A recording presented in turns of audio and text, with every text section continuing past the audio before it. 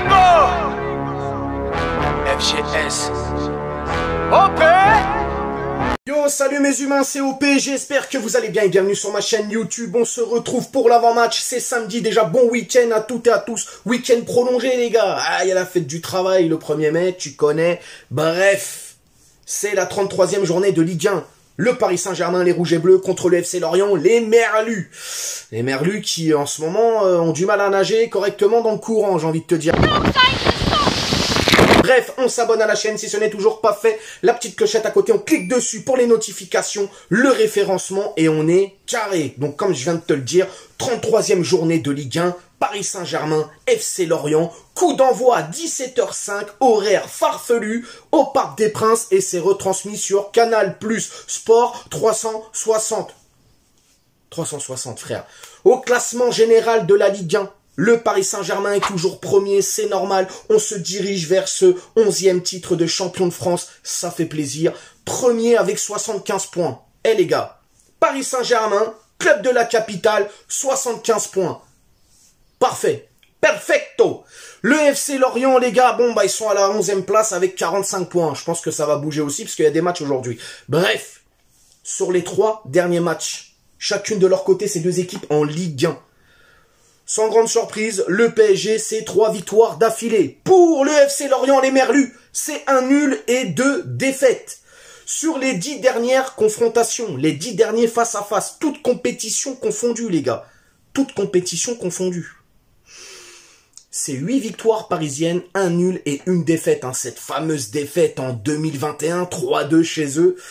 Ah ouais, ce jour-là, frérot... Là, les Merlus, par contre, ils étaient bien dans le sens du courant, j'ai envie de te dire. Bref, Lorient, bon, tu te doutes bien, hein, c'est une petite victoire, cette victoire en 2021. Un nul et 8 défaites. Bon, qu'est-ce qu'on peut dire de Lorient, les gars? Moi, Lorient, personnellement, même si les résultats ne sont pas fameux, en tout cas, par rapport à Lorient, les gars, Lorient propose un beau football, hein, ils font partie de ces équipes qui ont une philosophie de jeu, c'est les équipes bretonnes, hein, c'est dur, ça joue, c'est voilà, c'est des équipes qui donnent tout sur le terrain. On la connaît aussi, la formation lorientaise, ils ont sorti de beaux joueurs, voilà, en tout cas c'est une équipe, comme je te l'ai dit, une équipe qui s'adapte aussi. Alors, chez elle, ils ont un schéma tactique, avec lequel ils jouent toujours. Quand ils sont à l'extérieur, ils ont tendance plutôt à s'adapter à l'adversaire. Quoi qu'il en soit, ils ont de très bons joueurs, notamment Enzo Lefebvre, que j'aime beaucoup personnellement. Mais bon, voilà, le Paris Saint-Germain ne s'intéressera jamais à Enzo Lefebvre. Et c'est bien dommage. Des hommes en forme côté lorientais. Par contre, côté parisien, bon, c'est l'infirmerie. Frérot, on a une infirmerie là en ce moment avec les joueurs. On peut faire une équipe de futsal. Ça va, vous m'entendez? Oui, mais j'ai mal. D'accord. J'ai mal. Incroyable. Renato, Neymar, Mukiele, Pembele, Mendes, Presco. Compliqué, hein. Paris doit gagner. Paris doit être concentré. Paris ne doit pas faire n'importe quoi demain soir. Normalement, ça va le faire. Normalement, ça va le faire, les gars. Après, on le sait, les petites équipes bretonnes comme Lorient, etc., c'est des équipes parfois qui nous mettent pas dans le mal, mais qui viennent nous titiller un petit peu, tu vois. Et puis nous, on a tendance des fois à prendre tout le monde de haut, à faire les kékés, etc. On peut se manger une mauvaise surprise. Normalement, ça va le faire. Mais je viens de te le dire, le FC Lorient, ça joue, même s'ils sortent de 2 défaites d'affilée, ça joue quand même. Ils viennent sans pression, les mecs. Hein, ils sont là, ils ont maintenu leur classement. Ils resteront en Ligue 1 la saison prochaine. Ils ont rien à perdre. Ils ont tout à gagner demain à venir faire un résultat chez nous. À nous de les faire mentir, tout simplement. Ça va le faire, j'ai confiance. Les gars, le 11 de départ pour demain. Personnellement, ça va pas changer par rapport au 11 du dernier match. Je vous le dis. Donnarumma dans les cages. La charnière centrale, Sergio Ramos, Marquinhos, Danilo, Bernat qui va prendre ce côté gauche à la place de Nuno Mendes qui est blessé, Hakimi à droite, le milieu de terrain, Verratti devant la défense, Vitinha, Fabian Ruiz, donc c'est un milieu de terrain avec une pointe basse, et puis l'attaque les gars, l'attaque Messi, Mbappé, voilà, c'est vraiment le 11 de départ que je vois pour demain. Ce qui est du score, bon le score, je vois un 4-2, voilà, 4-2 pour le Paris Saint-Germain.